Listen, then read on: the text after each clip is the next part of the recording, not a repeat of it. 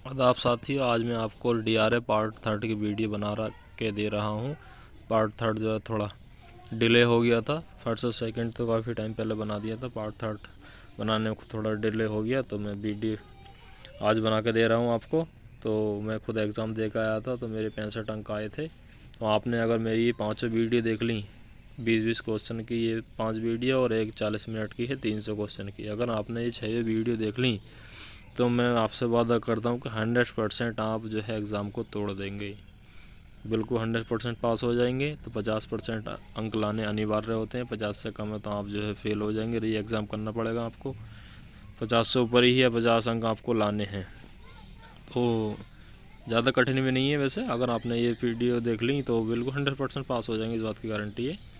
तो आज 41 से मैं शुरू कर रहा हूँ, तो 20 क्वेश्चन की वीडियो मिलेगी। थोड़ा थोड़ा करके बनाइए, एक वीडियो ज़्यादा लंबी हो जाएगी। तो आइडिया पर शर्त ये है, वीडियो जो है ध्यान से गहराई से क्वेश्चन आंसर पढ़ने हैं, और ऐसे तुमने टालू तरीके से स्किप करके पढ़ दिए तो उनमें मज़ा नहीं आएगा फिर।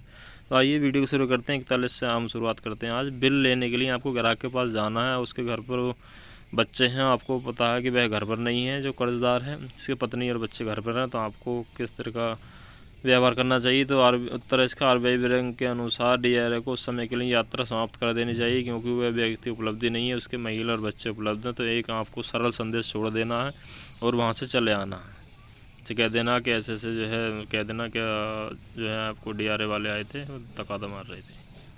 तो आपसे कुछ नहीं करना, आपको केवल संदेश छोड़ देना, कुछ नहीं करना, वापसी आ जाना। नंबर 42 है, एक डिसिप्लिन DRA एजेंट को दैनिक डायरी लिखनी चाहिए, बिल्कुल लिखनी चाहिए। उसमें कितनी देर किस्त शेष हैं और किस तारीख तक बैंक का कितना पैसा देना है, सभी रिकॉर्ड जो है हमें दैनिक डायरी में लिखने चाहिए।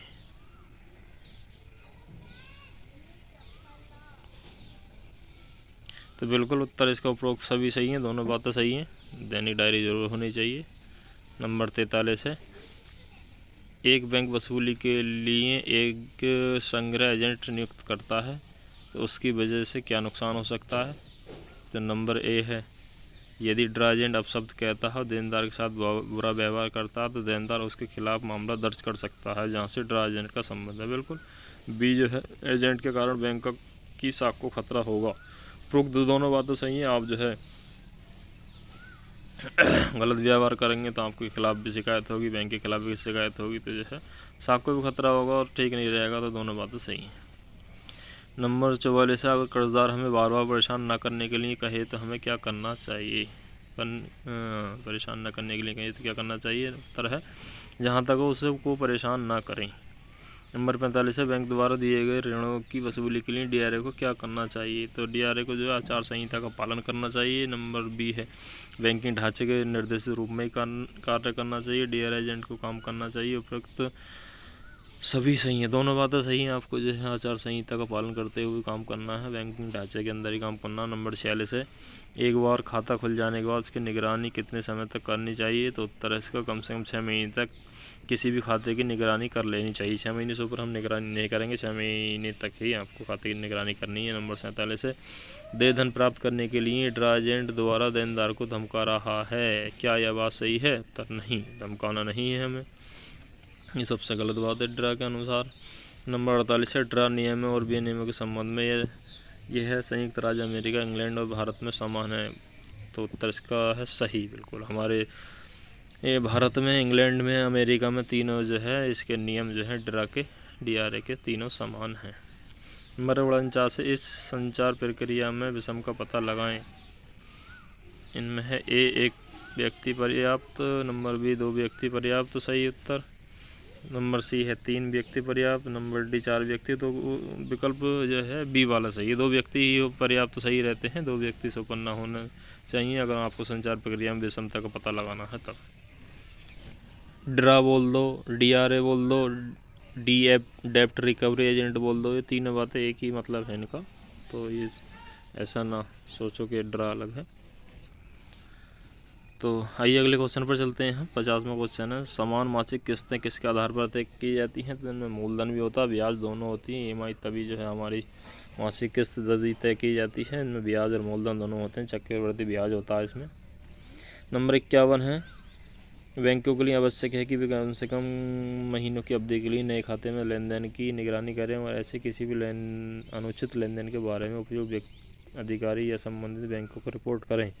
तो वही बात है, अभी जो क्वेश्चन आता है 6 महीने निगरानी करनी है हमें, जो भी अनुचित लेन देन है उसकी अधिकारियों को हमें बैंक को रिपोर्ट करना है। उत्तर है इसका 6 महीने की अवधि के लिए करना है। नंबर 52 है, वसूली प्रक्रिया में एजेंट कानूनी कार्रवाई की धमकी या ग्राहकों पर कम से कम कानूनी कार्रवाई की धमकी का उपयोग इंग्लैंड, अमेरिका और भारत में प्रतिबंधित है। बिल्कुल बात सही है। जहाँ तक वसूली के संबंध है, तीनों देशों में ही जो नियम समान है, तो जो है धमकी नहीं, कानूनी धमकी का जो प्रयोग है वो तीनों देशों में एक ही। नंबर 52 पर आ जाएंगे, आवास और ऋण पर समान किस्तें, EMI, मूल राशि, ब्याज। क्या यह बात सही है? हाँ बिल्कुल सही है। EMI में किस्तों में मूलधन और ब्याज दोनों सम्मिलित होते हैं। नंबर 54 है, उदाहरण के लिए bank SBI bank agency agreement में देनदार और उधारकर्ता से ऋण एकत्र करने के लिए रिकवरी एजेंट को काम पर रखता है, तो एजेंसी के रूप में जाना जाता है। तो ये क्या है? तो उत्तर है, बैंक को प्रधानाचार्य के रूप में उसको संदर्भित किया जाएगा। जो एजेंसी है के रूप में जाना जाता है उसको प्रधानाचार्य के रूप में संदर्भित करेंगे, DRA एजेंसी रखा जाएगा। नंबर 55 है, अनुबंध नियम के तहत एजेंसी अनुबंध और परिश्रमिक का क्या विवरण है? तो उत्तर है इसके, यदि परिश्रमिक का विशेष रूप से उल्लेखनीय नहीं किया जाता तो उस स्थिति में परिश्रमिक प्रथागत अभ्यास के लिए आधार किया जाता है। इसका ये उत्तर हो गया। नंबर 56 है, निम्नलिखित में से कौशल के साथ अच्छा संचार का उदाहरण क्या है? तो उत्तर है, इससे कहते हैं अच्छा संचार कौशल या संचार कौशल। इसका जो उदाहरण है वो अच्छी बातचीत करना, मतलब ढंग से, प्यार से, सही नियम के अंतर्गत, तो ये अच्छा संचार कौशल कहलाता है। नंबर 57 है, एक व्यक्ति को कर्जदार को चुकाने के लिए राजी करने का सबसे अच्छा तरीका क्या है? उसको गाली देना, नंबर 1। नंबर 2, देनदार को धमकाना। नंबर 3, कैद की धमकी देना। नंबर 4, भुगतान न करने के परिणामों की ठीक से व्याख्या करना। उसका क्रेडिट स्कोर नीचे चला जाएगा और उसको कहीं से रिजल्ट भी नहीं मिलेगा। तो उत्तर 4 वाला सही है। वो उसके दिमाग में आ जाएगी कि मैं जो है सिविल ख़राब हो जाएगी मेरी, कहीं से ऋण नहीं मिलेगा, तो वो जो है इस डर की वजह से बाध्य हो सकता है और ऋण चुका सकता है। आपको गाली भी नहीं देनी है, धमकाना भी नहीं है, कैद की धमकी भी नहीं देनी है, केवल उसको जो है परिणामों की व्याख्या ही करनी है। तो उत्तर 4 पर सही है इसका। नंबर 58 निम्न से कौन सा DRA का अधिकार नहीं है? तो DRA का अधिकार नहीं वाले जो है, नंबर 1 पर है परिश्रमिक का अधिकार। इनमें से छांटना आपको ऑप्शन दिए जा रहे हैं कौन कौन से अधिकार नहीं है। तो परिश्रमिक का अधिकार है नंबर A पर। नंबर B पर मुआवजे का अधिकार है। नंबर C पर बनाए रखने का अधिकार। नंबर D पैसे भेजने का कर्तव्य। नंबर E बैंक गाइडलाइन संचार और पालन करने का कर्तव्य। नंबर F है प्रतिनिधि नहीं करने का अधिकार। नंबर G काम सौंपने का अधिकार। और H देनदार के खिलाफ पुलिस शिकायत करने का कर्तव्य है। तो कौन सा अधिकार नहीं है इनमें? आप जो है G और H दोनों जो है DRA कर्तव्य अधिकार नहीं है। G काम सौंपने का अधिकार आपको किसी को नहीं है और पुलिस में शिकायत करने का कर्तव्य नहीं है। बाकी जो सारे जो ऑप्शन थे ये DRA एजेंट के अधिकार हैं, ये 2 अधिकार नहीं है। नंबर 59 है, क्या आप बकाया की वसूली के लिए ग्राहक को फ़ोन करते तो आपको क्या करना चाहिए? आपको DRA एजेंट के रूप में आपकी पहचान बतानी है कि मैं DRA एजेंट बोल रहा हूँ और केवल उसी नंबर से कॉल करना है आपको जो उसके खाते में लगा हुआ है, जो बैंक ने देनदार को उसके साथ साझा किया, जो उसके खाते पे लगा हुआ, प्लस जो आपको जो रजिस्टर्ड नंबर है जो है उनसे ही कॉल करनी है। कोई भी अन्यथा ना तो उसके नंबर पे कॉल करनी है ना आपको अपने से करनी है दूसरे से। नंबर 60 है, कोर्ट से बैंक को गारंटी ऑर्डर मिलने के बाद ये बैंक का कर्तव्य है कि किसी खाते में किसी प्रकार के नामी डेबिट की अनुमति नहीं है और खाते को बंद किया जाना चाहिए।